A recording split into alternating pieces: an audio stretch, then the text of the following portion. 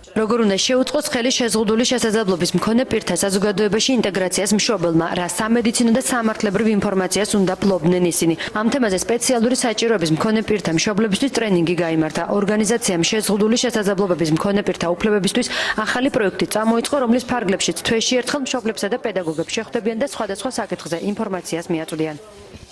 ვეცდებით რომ გავააქტიუროთ ეს მშობლები და დავანახოთ მაქსიმალურად რომ ჩვენ გვინდა დახმარება და რომ ეს სასირცხო არ არის ასეთი შვილის ყოლა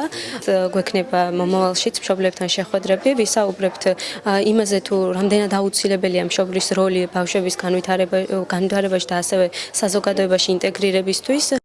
საზოგადოების გამოფხიზლება და ამ ადამიანების მიღება უნდა დაიწყოს ოჯახებში და ოჯახები არის მთავარი ძალა და ის აღმზრდელები რომლებიც ამ ადამიანებთან მუშაობენ რომ შიშუმო პირის მიღება აღარ იყოს სტიგმებთან დაკავშირებული აღარ იყოს გარკვევებთან დაკავშირებით